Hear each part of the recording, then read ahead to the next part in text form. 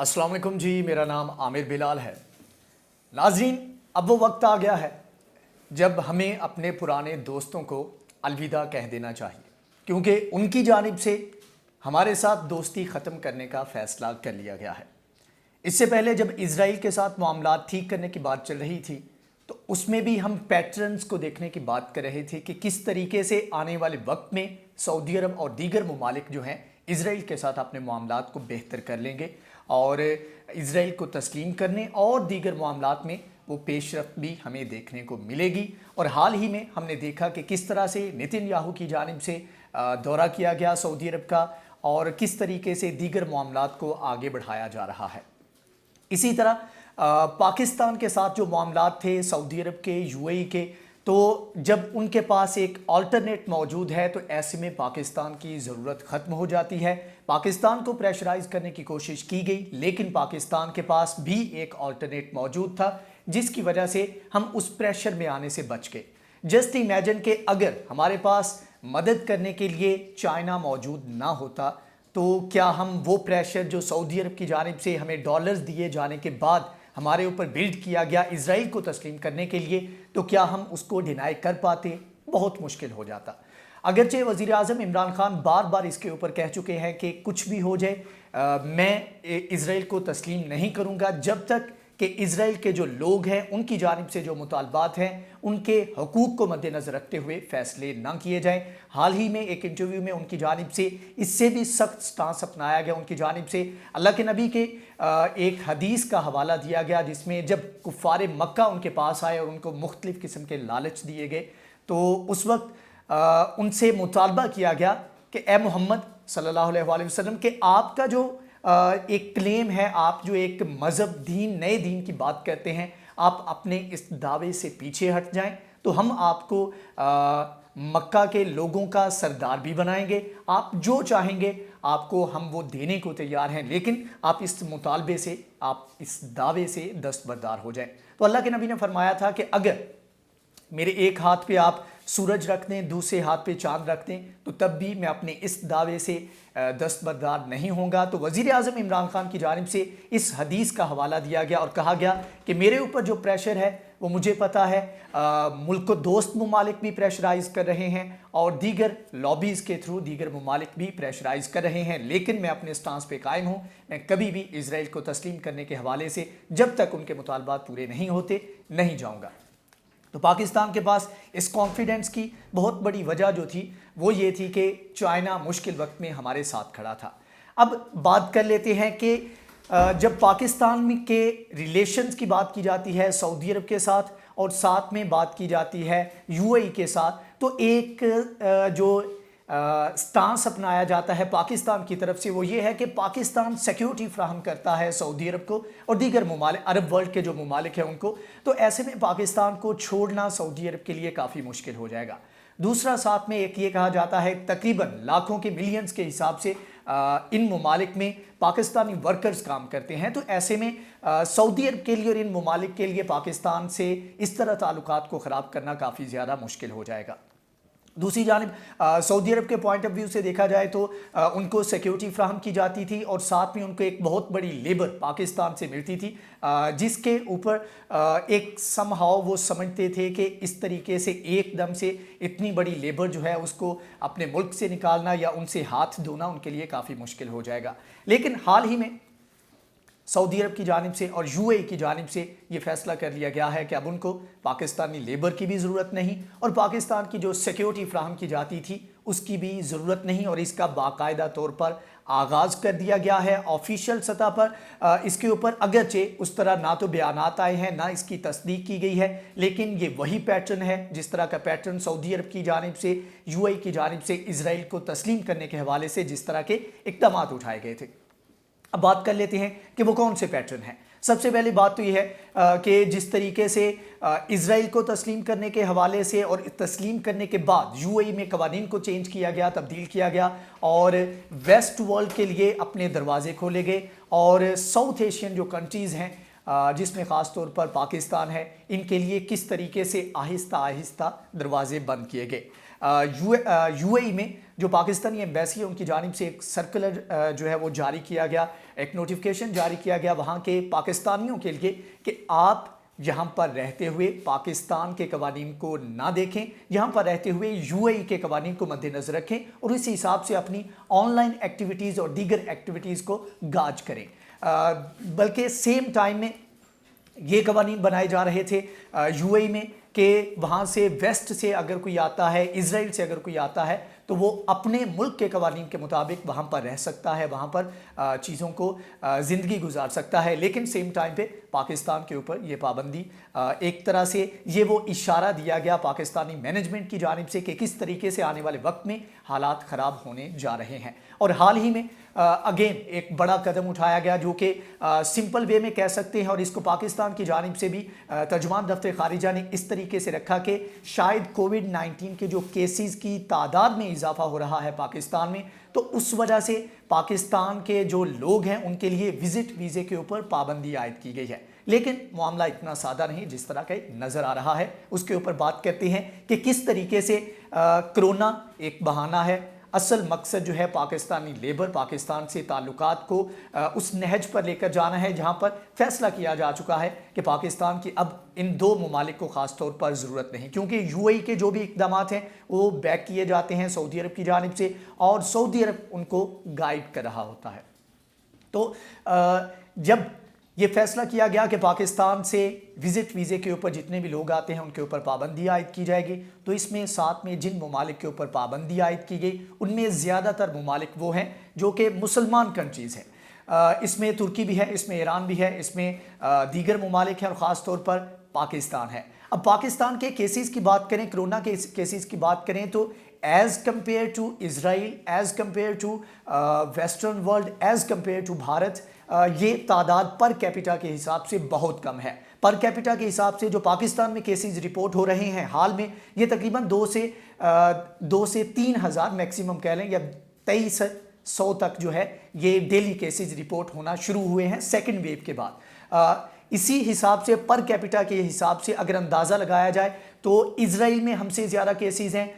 ترکی میں بہت کم ہے، دیگر ممالک میں بہت کم ہیں، لیکن ان کے اوپر کرونا کی وجہ سے پابندی عائد نہیں کی گئی۔ اور اسی تناظر میں اگر دیکھا جائے تو یو اے ای کے کیسز پر کیپیٹا کے حساب سے پاکستان سے زیادہ ہے، تو کیا پھر اگر کرونا ہی اس کی وجہ ہے تو کیا پاکستان کو بھی پابندی عائد کرنی چاہیے، بین کرنا چاہیے یو اے ای کے جو شہری ہیں ان کا پاکستان میں آنا؟ دوسری جانب بات کر لیں بھارت کی، تو بھارت میں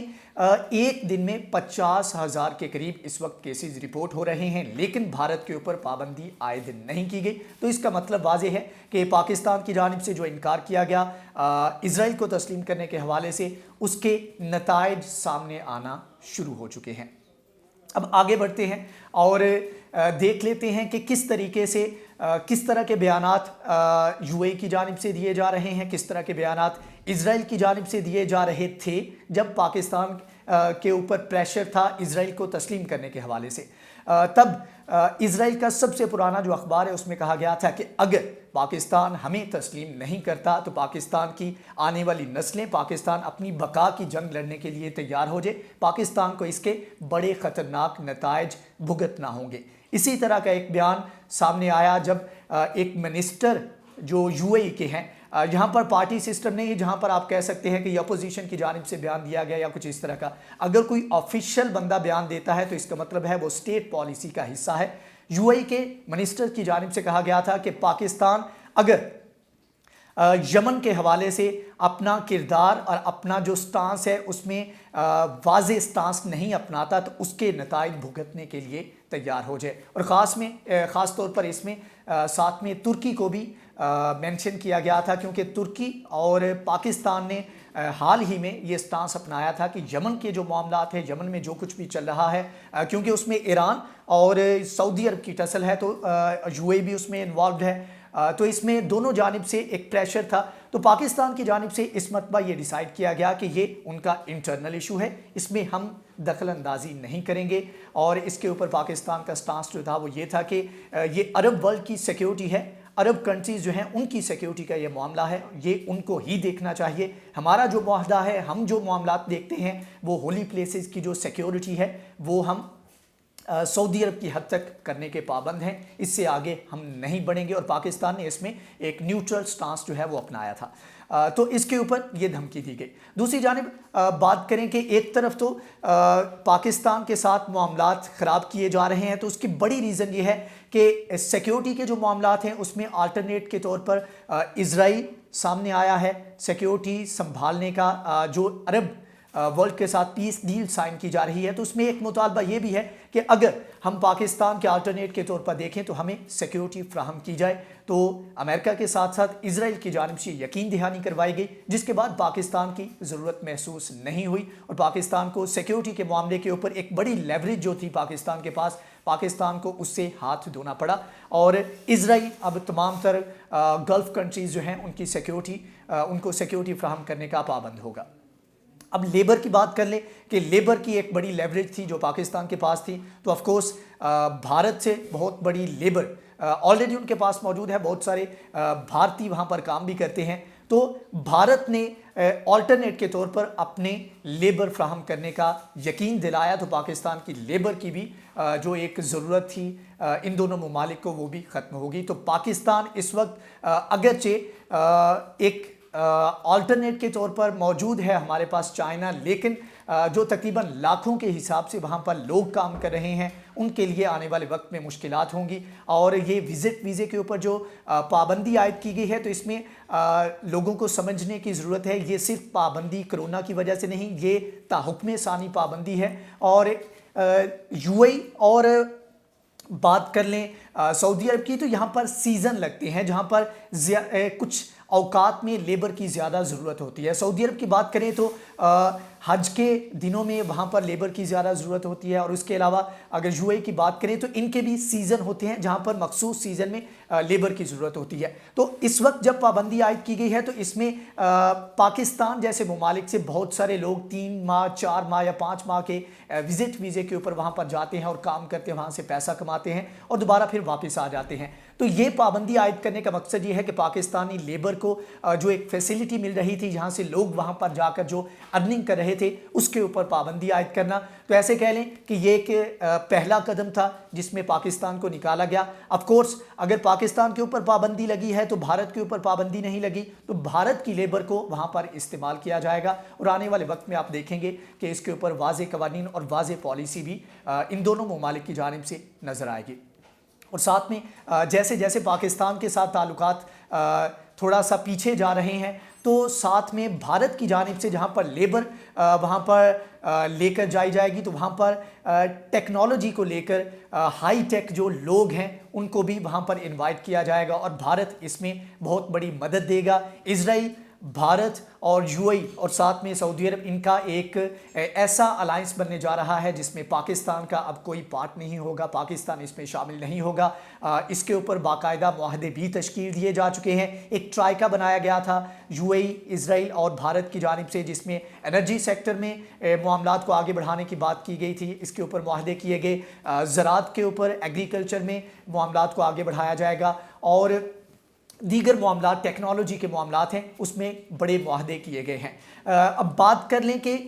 एक तरफ तो ये पॉलिसीज़ हैं, दूसरी जानिब एक और बड़ा लालच है जिसमें भारत एक बहुत बड़ी मंडी के तौर पर उभरा। तो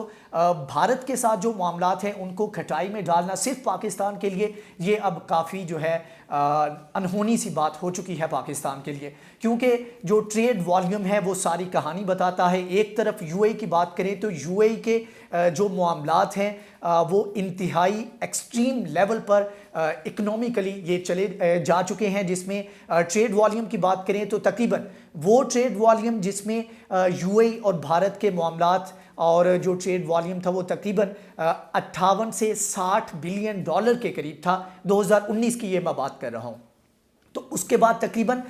एक साल से भी कम अरसे में ये वॉल्यूम अब आने वाले दिनों में इस एक महीने के अंदर 100 बिलियन डॉलर तक पहुंच जाएगा। दूसरी जानिब बात करें सऊदी अरब की, तो सऊदी अरब अगरचे बड़ा मुल्क है लेकिन उनका ट्रेड वॉल्यूम जो है वो 27 बिलियन डॉलर और तकरीबन 28 बिलियन डॉलर के बीच में लाई करता है, और ये एक बहुत बड़ा वॉल्यूम है ट्रेड का एज़ कम्पेयर टू पाकिस्तान, क्योंकि पाकिस्तान का जो सऊदी अरब की बात करें, यूएई की बात करें तो ट्रेड वॉल्यूम बहुत कम है। पाकिस्तान का यूएई के साथ जो मामलात हैं वो तकरीबन 4 बिलियन डॉलर के हैं। तो इसमें आप देख सकते हैं कि एक बहुत बड़ा फ़ायदा आने वाले वक्त में इन ममालिक को नज़र आ रहा है दोनों को। तो इस वजह से पाकिस्तान की अब ज़रूरत महसूस नहीं की जा रही और पाकिस्तान को इस तमाम तर सिनेरियो से आहिस्ता आहिस्ता निकाला जाएगा। और ऑफ कोर्स अगर पाकिस्तान की जानिब से ये स्टांस अपनाया गया तो पाकिस्तान ने अपनी उस लेबर के लिए भी एक अल्टरनेट सोचा होगा। अगर पाकिस्तान के मामलात बेहतर हो जाते हैं, पाकिस्तान के मुआशी हालात बेहतर हो जाते हैं तो पाकिस्तान इसके ऊपर काम कर सकता है, अपनी लेबर जो बाहर है जो कि वापस आएगी उनको संभाल सकता है। लेकिन